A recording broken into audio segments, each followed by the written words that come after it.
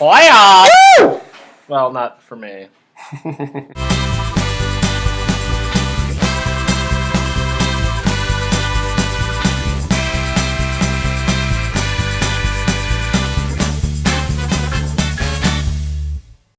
Da-da-da, da-da-da. Oh, man. I am so excited.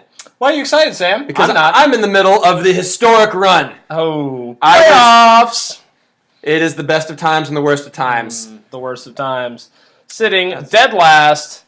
I want to play you, Burger. We need to figure out a way to determine who's actually last. I think it's you, not me. I am incredibly disappointed. By the way, the now outgoing champion was invited to be on the show today, but he declined. And by declined, I mean did not return our messages. But we shall sally forth with an awesome show for you tonight. Playoff preview. First game. Whoosh. We got a special guest for you, Sean, hungry for shit, Jefts. Join us via satellite. Boom. Good to have you, Sean. It's great to be here, Sam. I'm a big fan of the show. Woo!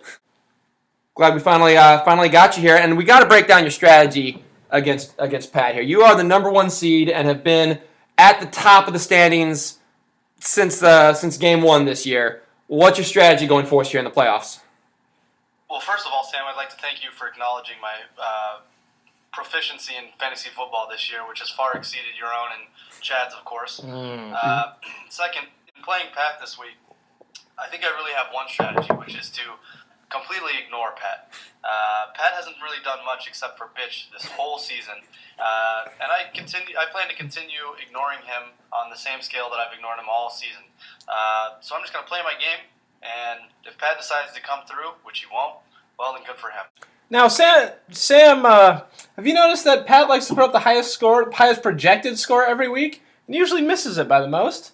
Pat, who the hell knows what's going on with him? Because he is up, he is down, he is the embodiment of chaos.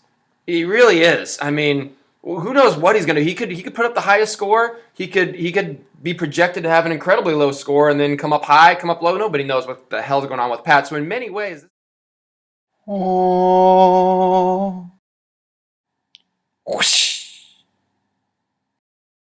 So Chris is on the other half of the bracket. He's the #2 seed. Let's look at that game. We got Chris at 7-6 versus Sam at 6-7.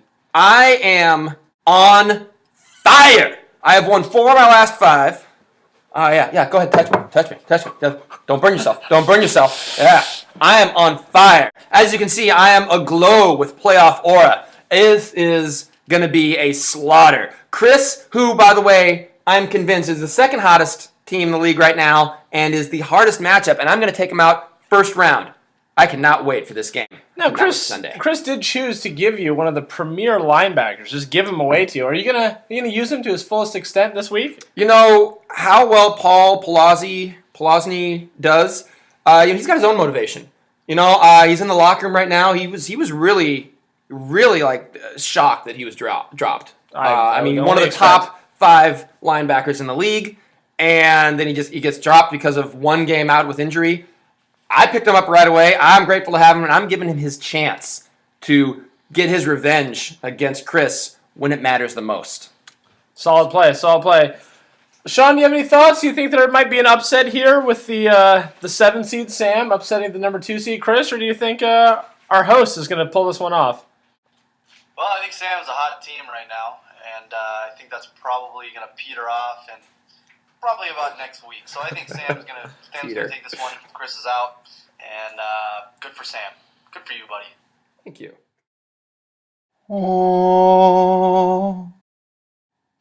Whoosh. Good for me.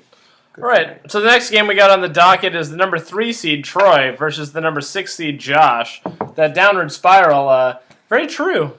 He was knocking at Sean's door about mid-season. He was threatening. He was like one game out of first, and now lost several in a row. As the Cowboys go, so goes Josh.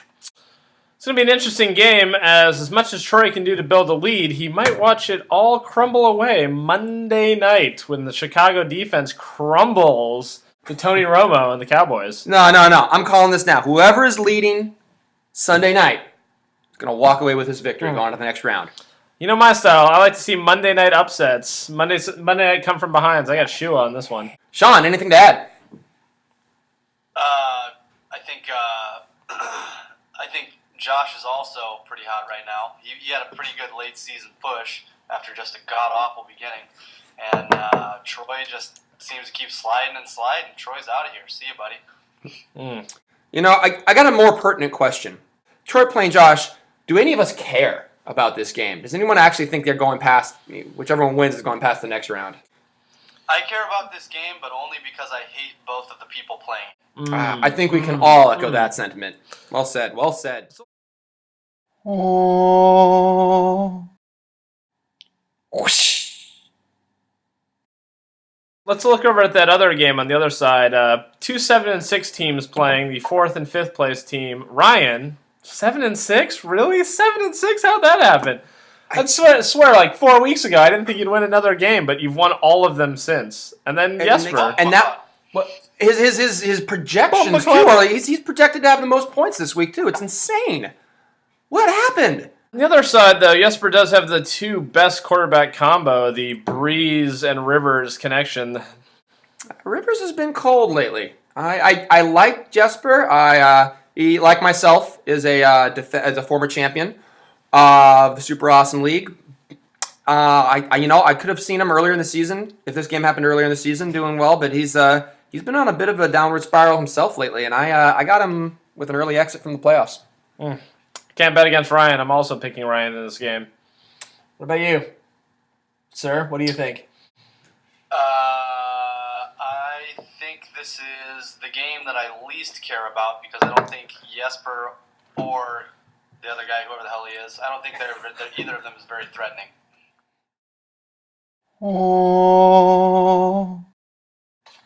Hey, what you drinking there, Sean? I have a Balvenie 12. Very nice. Probably my favorite scotch. Is it the Doublewood? I'm sorry? Is it the Doublewood? It is. It's a good scotch.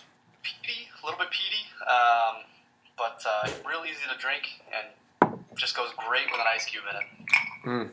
We're both enjoying some Bowmore Legend, courtesy of It's Legend. Zach. Wait for it. Dairy whiskey. That's so good. You know, I like Bowmore. It's my favorite of the Isleys, or Islays, or however they pronounce it. I've heard it pronounced 12 different ways, but it's actually from the center of the island, so it's not as like strong and peaty tasting as the Lagavulins and the Lafroigs and those other rope dipped and turpentine scotches. It's a little smoother. Yeah, I actually prefer a peaty scotch myself. Really? Yeah, love a peaty scotch. Somehow that doesn't surprise me. I like a little peat, not a lot. A little kick, not a lot. You want to be kind of middle. That's why I like my Speedsides. I like my Aberlours. I like my Macallans. I like my Glenmorangies. I'm a Highlands guy.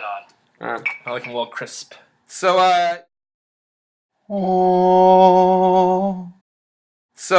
normally I do a little outro, but Sean, being our special guest, Chad and I were talking earlier.